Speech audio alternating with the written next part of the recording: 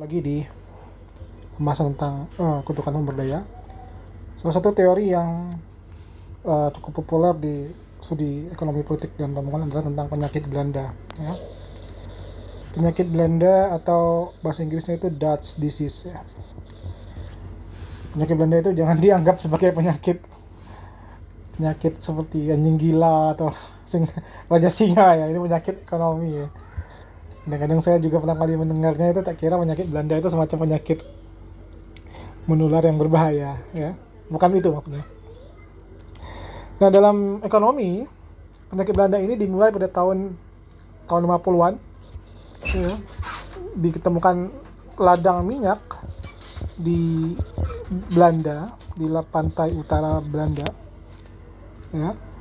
Nah, ladang minyak ini merupakan ya kita sebut sumber daya alam ya, natural resources. Secara ekonomi orang dulu berpikir bahwa dengan adanya ladang minyak maka ekonomi akan pertama tumbuh pesat ya. Ternyata yang terjadi malah ekonomi itu mengalami penurunan. Nah, mengapa ketika ditemukan ladang minyak malah ekonomi mengalami perlambatan? Ada beberapa faktor ya. Pertama adalah sumber daya alam itu memicu deindustrialisasi ya. Jadi kalau negara punya sumber daya alam, biasanya negara itu malas melakukan industrialisasi karena akan lebih mudah untuk melakukan ekspor sumber daya alam. Kalau kita punya sumber daya alam itu kita nggak perlu mikir banyak, tinggal ekspor aja, dapat duit secara cepat ya. Ketimbang kita melakukan industrialisasi. Kalau industrialisasi kan punya proses ya. Proses misalnya dari SDM sumber daya alam, lalu ada teknologi ya kan. Teknologi lalu jadi produk ya, produk teknologi ya kan. Misalnya dari kelapa sawit ya jadi sabun jadi makanan coklat ya. Nah, proses produksinya kan lama ya, ada teknologi di sini, dia ada keterlibatan sumber daya manusia juga ya, keterampilan sumber daya manusia ya, ada produksi kembali. Nah, proses ini kan memakan waktu yang nggak sebentar, sehingga orang akhirnya di negara yang punya sumber daya alam itu mereka berpikir cepat, bagaimana caranya dapat uang cepat, maka mereka langsung melakukan ekspor sumber daya alam. Makanya kita sering punya masalah dengan sumber daya alam yang mentah ya, sumber daya alam mentah. Nah, itu yang pertama, deindustrialisasi. Yang kedua, dalam hukum ekonomi ya, ketika natural resources itu ya atau sumber daya alam itu kita kelola secara maksimal ya, maka supply-nya berlimpah ya, supply berlimpah. Nah, ketika supply berlimpah kan seharusnya kan kita berharap ekonomi itu mengalami banyak uang yang akan masuk ya, supply berlimpah ya. Ya, ketika natural resources ditemukan, kita berharap dapat uang banyak, dapat pemasukan banyak dolar dari asing, karena kita mengekspor ya, mau melakukan ekspor produk natural resources itu, kita berharap banyak devisa dapat. Yang terjadi adalah ketika natural resources itu dikelola ya, malah supply-nya berlimpah, lalu harganya mengalami penurunan. Nah, inilah kelemahan dari sumber daya alam kalau kita menggunakan sumber daya alam ya.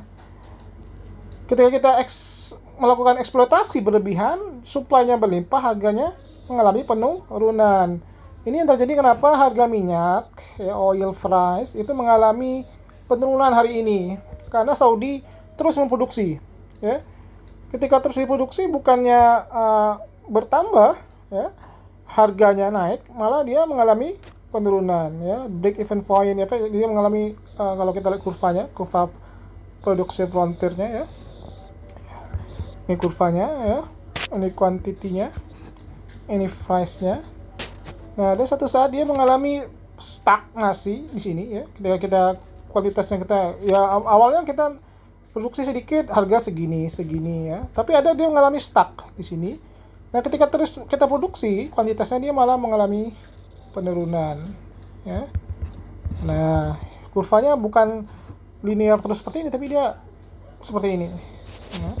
Nah, inilah yang terjadi di minyak ya. Ketika dia mencapai titik tinggi tertingginya, kita genjot terus harganya, dia mengalami penurunan ya. Mungkin itu juga ilustrasi kenapa kemudian kalau kita ambil contoh di Lampung misalnya, ketika orang disuruh nanam singkong misalnya ya, karena harga singkong mahal, lalu semua orang nanam singkong, nah kemudian harga singkong itu justru mengalami penurunan. Nah, beda dengan ketika kita mengalami industrialisasi misalnya ya, kita berkata industrialisasi ya.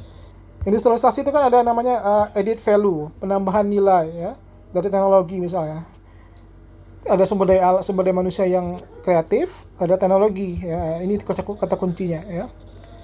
Nah, kalau kita bisa mengelola dua sumber ini, maka teknologi itu akan selalu mengalami kenaikan. Misalnya gini, harga semakin canggih sebuah produk ya, dia nggak mengalami seperti ini nih, bukan ya. Dia mengalami kurvanya semakin naik terus ya, lurus seperti ini ya. Ini kuantitas, ini price. Nah, inilah kenapa kemudian industri kreatif itu tidak pernah mengalami penurunan ketika dia dieksplorasi terus ya. Beda dengan sumber daya alam. Sumber daya alam itu ketika kita eksplorasi, dia kurvanya melorot ya. Nah, inilah yang kemudian menyebabkan kenapa penyakit Belanda yang kedua ya, penyebab penyakit Belanda kedua. Jadi ketika pemerintah Belanda mengeksplorasi ya natural resources-nya, malah harganya berkurang ya. Akibatnya pertumbuhan ekonominya menjadi stagnan. Nah, inilah yang kemudian terjadi di Belanda pada waktu itu. Apakah ini terjadi di kita? Nah, ini juga pertanyaan menarik.